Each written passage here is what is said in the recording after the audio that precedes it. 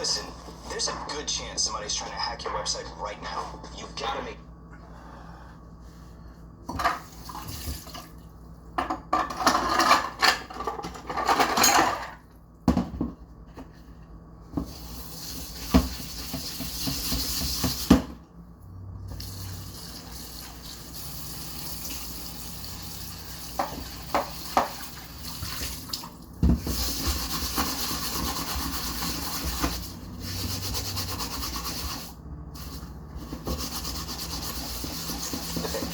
To assign the x and y components of a vector, we calculate how many steps the vector goes left or right and how many steps it goes up or down.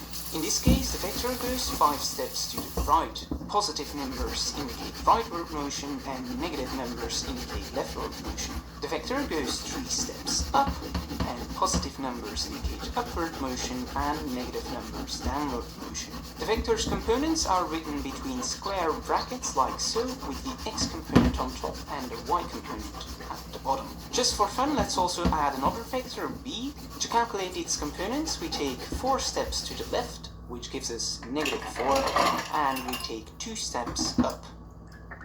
We can then write these components once again between square brackets. As I said earlier, vectors do not have a position. However, if we assume that the tail of a vector is sitting at the origin, then we can think of a vector as being a point. Let's quickly have a word about notation. This is a 2-dimensional vector. We write the x and y components between these square brackets. For a 3-dimensional vector, we can add a z component, and we would also add a z-axis, which would point outside of the screen. We can expand this vector even further by adding a w component. Now you might be thinking, 4-dimensional vectors, wait, what? Well, we'll talk about that in the video about matrices. There's one last change I'm gonna make here, and that is that I'm gonna write these components as the subscript of the vector's name. The reason why we do that is to not cause any confusion when we have multiple vectors. Finally, we can generalize this to n-dimensional vectors. We do that by not using x, y, z, and w, but just counting the components from 1 up to n, where n is the dimension of our vector. Alright, let's now move on to scalar operations. Scalar operations are just operations between a vector and a number. X is the number, and it's also called a scalar, but more on that later. The operation could be a multiplication or a division. I'm going to continue to explain scalar multiplication, but scalar division is completely analogous. To multiply a vector with a scalar, we just multiply every component of that vector with the scalar. As an example, I'm going to take a vector a and an x value. We can now fill in these values in our equation and calculate the result of a times x. To clarify these numbers, I'm going to visualize vector a, and the result of its multiplication with x would be a new vector that is 3 times longer. In other words, this new vector is scaled by a factor of 3, and that is why we call x a scalar. For completeness, if we would have divided by x, we would get a vector that is 3 times shorter.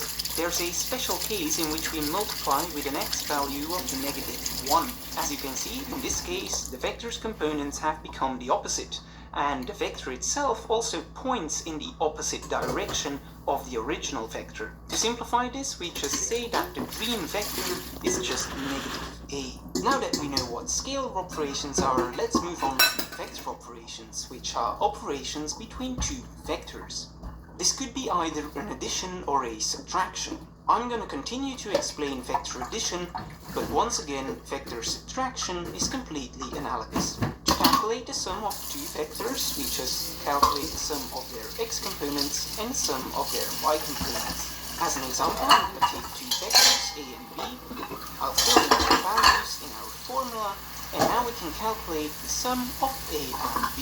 That's all great and everything, but let's actually draw these vectors and visualize the result of their addition. To visualize that, we can move vector b's tail to the tip of vector a.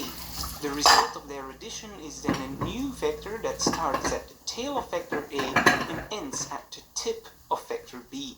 For completeness, this, let's also talk about how subtracting vectors would look. In that case, we would get a vector that goes from the tip of vector b to the tip of vector a. Now, why is this useful? As I said earlier, we can think of vectors as being points if their tail is sitting at the origin. And lucky for us, vector a and b's tail are sitting at the origin, so we can think of them as points. And now you see that we can use vector subtraction to calculate a vector from one point to the other. What's even more interesting is that if we calculate the length of this vector, we know the distance between these 2 points.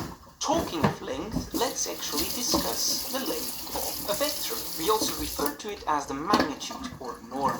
We represent it by writing these 2 vertical bars on either side of our vector. And in 2 dimensions, the length of a vector is defined by this formula. We can extend that to 3 dimensions and even write a version for the generic n-dimensional vector. To understand how that formula works, we're going to take our beloved coordinate system and take a random vector, in this case vector b. Then I'm going to draw a triangle beneath the vector, and you notice that I've perfectly drawn it on top. It's just that I like to draw it beneath it. This triangle is a right-angled triangle. The width of that triangle is the vector's x component, the height of that triangle is the vector's y component, and then the hypotenuse, or tilted side of the triangle, is the vector's length. At this point, we've got a right-angled triangle of which we know the width and the height, and we are looking for the length of its hypotenuse. And lucky for us, there's been a famous mathematician called Pythagoras who came up with the Pythagoras theorem: a squared plus b squared equals c squared, where a and b are the width and height of a right-angled triangle, and c is the length of its hypotenuse. We can now replace a, b, and c with our vector's components and the vector's length. We'll swap the left and right side of that equation. We'll take the square root of either side of the equation, and now we've got our expression for the length of a 2-dimensional vector. If we fill in the components of that vector in this case, we can calculate that this vector's length is equal to 5.3 and a bit. Concerning a vector's length, there is a special case which we call a unit vector. It's also referred to as a normalized vector. We write such a vector with a on top of it, and a normalized unit vector is nothing more than a vector with a length of 1. In fact, we can take any arbitrary vector and divide it by its length, and then the result will be a vector that points in the same direction as the original vector, but that has a length of 1. We also define a few standard unit vectors, being e hat x, which is a unit vector along the x-axis, e hat y, which is a unit vector along the y-axis, and e hat z, which is a unit vector along the z-axis. Using these unit vectors, we can introduce an alternative way to write vectors, and that is to write them as the sum of their components multiplied by the respective unit vector. We call this unit vector notation, and we'll need it in just a bit. But first, we're going to discuss 2 ways in which we can multiply vectors. The first one being the dot product, also referred to as the scalar product because its result is a scalar. We write the dot product of 2 vectors as a dot b, and in 2 dimensions it is defined using this formula. We can extend this formula to 3 dimensions, and just like with the vector's length, we can also write a generic version for n-dimensional vectors. To understand the dot product, I'm going to draw a vector a and a vector b.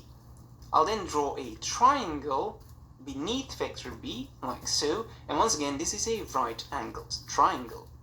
The dot product of a and b is now equal to the width of this triangle. However, there is a catch, and that is that I'm assuming that vector a is a unit vector. To explain this further, I'm going to introduce this alternative formula, which says that the dot product of vector a and b is equal to the length of vector a times the length of vector b times the cosine of theta, where theta is the angle between vector a and b.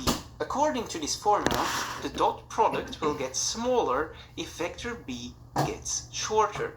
It will get larger if the angle between a and b gets smaller. And finally, here's the catch: I've been assuming that vector a is a unit vector, because if it's not, then the dot product will also be scaled by vector a, and it will no longer be the width of our triangle.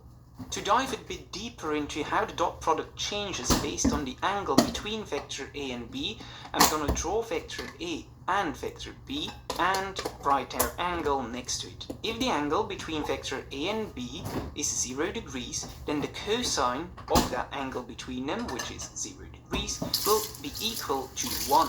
This means that we can simplify our formula in the case that theta is 0 degrees, because then the dot product of A and B is just the product of their lengths. Alternatively, if the angle between A and B is 90 degrees, or if it is 270 degrees, then the cosine of that angle will be equal to 0, and therefore we can once again simplify our formula for the dot product by saying that if A and B are perpendicular to each other, then their dot product will be equal to 0. Finally, if the angle between A and B is 180 degrees, then the cosine of that angle is going to be equal to -1, and then the dot product of vector A and B is going to be equal to the opposite of the lengths of A and B multiplied. We can simplify all these formulas even further if we assume that vector A and B are unit vectors.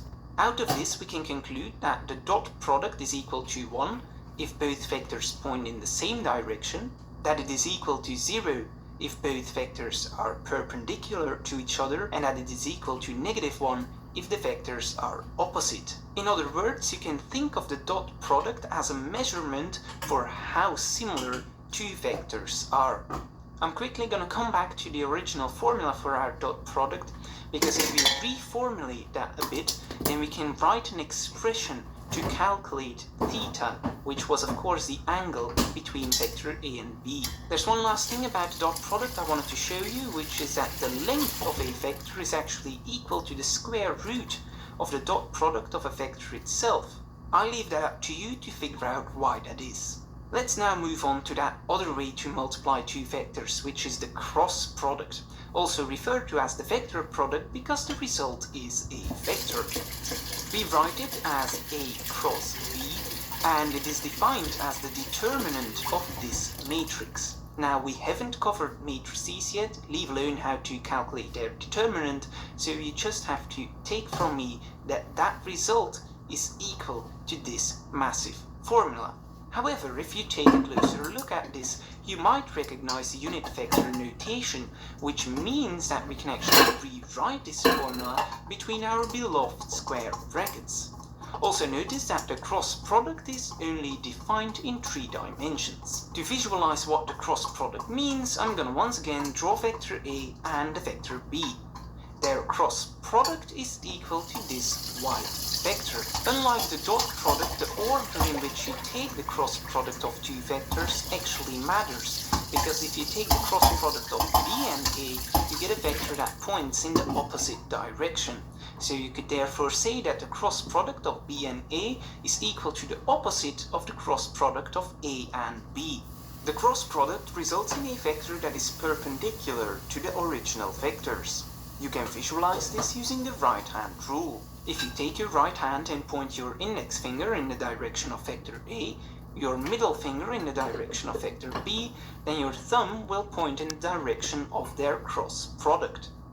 To show some of the properties of the cross product, I'm going to introduce this alternative formula that says that the length of the cross product of vector A and B is equal to the length of vector A times the length of vector B times the sine of theta, and theta is once again the angle between vector A and B. Another way to think of the length of the cross product of A and B is to think of it as the area of the parallelogram between vector A and B. According to this formula, the length of the cross product will become shorter if vector A or B gets shorter. The cross product will also get shorter if the angle between A and B gets smaller. To show why that is, I'm going to draw once again vector A and B, and I'm going to display the angle between them. If the angle becomes 0 degrees, then the sine of theta, in other words the sine of 0 degrees, will be equal to 0. The same goes for an angle of 180 degrees. This means that, just like with the dot product, we can also simplify this formula by saying that if A and B are parallel to each other, denoted with these two vertical bars, then the length of the cross product is going to be equal to 0. Alternatively, if the angle between A and B is 90 degrees, or if it is 270 degrees, then the sine of theta, or the sine of the angle between A and B, is going to be equal to 1, and therefore we can write another expression that says that if A and B are perpendicular to each other, then the length of their cross product is going to be equal to the product of the length of A and B. Once again, we can simplify all of these formulas when A and B are unit vectors.